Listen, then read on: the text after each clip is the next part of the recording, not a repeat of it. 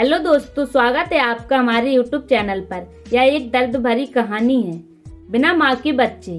बहुत पुराने समय की बात है। एक आदमी अपने परिवार के साथ एक छोटे से गांव में रहता था। जब उसके बच्चे छोटे ही थे कि माँ की मृत्यु हो गई। बच्चों की देखभाल के लिए पति को दूसरी शादी करनी पड़ी। कुछ सालों के बाद सौतेली माँ भी 2 बच्चों की माँ बन गई। अब चारों भाई बहन एक साथ रहते थे। कुछ समय के बाद सौतेली माँ एकदम बदल गई। वह अपने बच्चों को खाना खिलाती थी, अच्छे रंगीन कपड़े पहनाती थी और सौतेले बच्चों को पुराने कपड़े पहनाती थी। कुछ दिन बाद सौतेली माँ ने उन्हें सूखी रोटी देकर गायों के ग्वाला भेजना शुरू कर दिया। अब वे दिन भर ग्वाला जाते और भूखे प्यासे शाम को घर आते थे। ऐसे समय में उन्हें अपनी माँ की बहुत याद आती थी। एक दिन दोनों बच्चों ने अपने हाथ की सूखी रोटी अपनी काली गाय को देते हुए कहा, माँ तुम हम पर ऐसी ही दया करो जैसे हमारी माँ हम पर करती थी। इतना कहना था कि गाय के थनों से दूध निकल आया। दोनों बच्चों ने खुश होकर भरपेट दूध पिया। अब वे रोज हाथ की रोटी उसे देते और गाय उन्हें भरपेट दूध पिलाती थी। इससे वे खुश रहते थे और उन्हें ग्वाला जाना भी अच्छा लगने लगा। कुछ ही दिनों के बाद सौतेली माँ ने बच्चों के चेहरों पे लाली देखी तो आश्चर्य में पड़ गई। उसे अपने बच्चों पर बड़ी दया आई कि वे तो दुबले पतले ही थे। दूसरे ही दिन से उसने अपने बच्चों को भी सूखी रोटी देना शुरू कर दिया। 2-3 सप्ताह बाद उसने देखा कि बच्चे हट्टे कट्टे होने के बदले कुछ ज्यादा ही दुबले पतले दिखाई देने लगे थे। अब माँ थोड़ी उलझन में पड़ गई। उसने अपने एक बच्चे को इसका राज जानने के लिए भाइयों के साथ ग्वाला भेजा और कहा कि वह ध्यान दे कि भाई दिन में क्या खाते हैं। दूसरे दिन तीनों भाई गायों को लेकर जंगल की ओर निकल पड़े। गायों ने आराम से चारागाह में घास चरी। दोपहर का समय होने को आया। बच्चों के पेट भूख से कुलबुलाने लगे, पर उन्हें हिम्मत नहीं आ रही थी कि गाय से दूध मांगे। उन्हें डर था कि उनका सौतेला भाई माँ से चुगली न कर दे।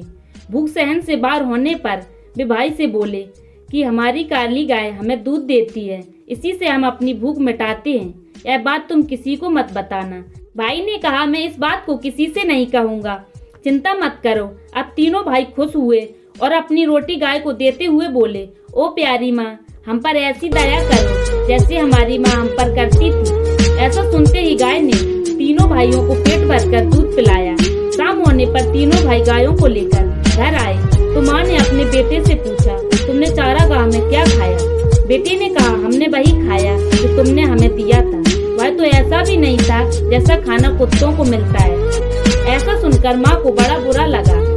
दूसरे दिन उसने भाइयों के साथ बेटी को भेजा और कहा कि वह ध्यान से देखे कि दोनों भाई क्या खाते हैं। अब बेटी भाइयों के साथ चारागाह में गई। दोपहर होने को आई। बच्चों को भूख लगने लगी।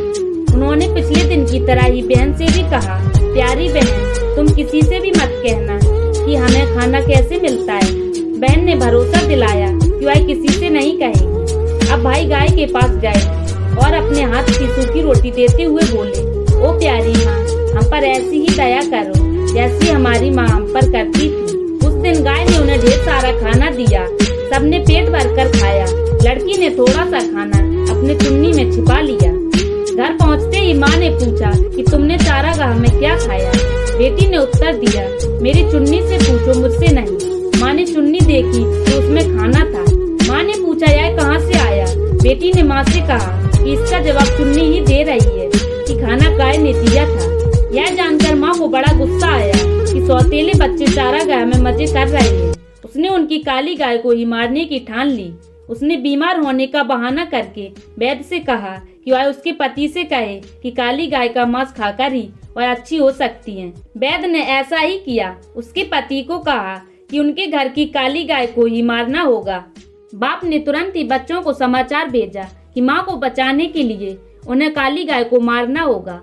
उसे लेने वे चारागाह में आ रहे हैं। यह सुनकर दोनों बच्चे गाय के गले में हाथ डालकर रोने लगे। और बेटा चारागाह पर आ पहुंचे। उन्होंने गाय के गले से लिपटे बच्चों के हाथों को हटाकर उन्हें दूर किया और घर को चल पड़े। बच्चे भी पीछे पीछे घर आए और पिता से कहा, पिताजी इसे नहीं मारें, नहीं तो हम फिर से बिना माँ के हो जाएंगे। उनकी बात पर सबने उनकी खिल्ली उड़ाई और उसी समय गाय को मार दिया। माँ ने उसका मांस खाया। उसके पति और बच्चों ने भी खाया, लेकिन इन दोनों भाइयों की आंखों से आंसुओं की धार बहती रही। वे कुछ भी नहीं बोले और जो मांस उन्हें मिला उसे वे अपने खेत में ले गए।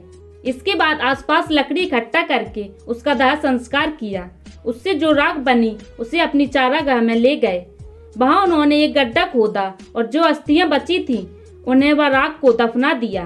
दूसरे दिन से दोनों भाई फिर से ग्वाला जाने लगे। फर्क इतना ही था कि काली गाय उनके साथ नहीं थी। वे रोज चारागाह में अपनी गाय की अस्थियों के पास जाकर प्रेम के 2 आंसू बहाकर दूसरी गायों के साथ घर लौट आते। एक दिन हमेशा की तरह वे चारागाह में पहुंचे तो देखा कि अस्थियों की जगह पर एक सुंदर एलोवेरा घृत कुमारी का पौधा खड़ा था। वे आश्चर्य से उसके पास गए और उसकी लंबी लंबी पत्तियों को सहलाने लगे। तभी उस सुंदर पौधे ने उन्हें गोद में ले लिया और खाने की बौछार कर दी।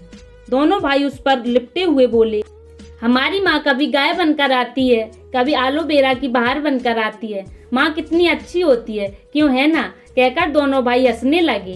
कहते हैं कि उसके बाद वे दोनों भाई अपनी सौतेली माँ के पास नहीं गए। उसी घृत कुमारी ने उनका पालन पोषण कर उन्हें बड़ा बनाया।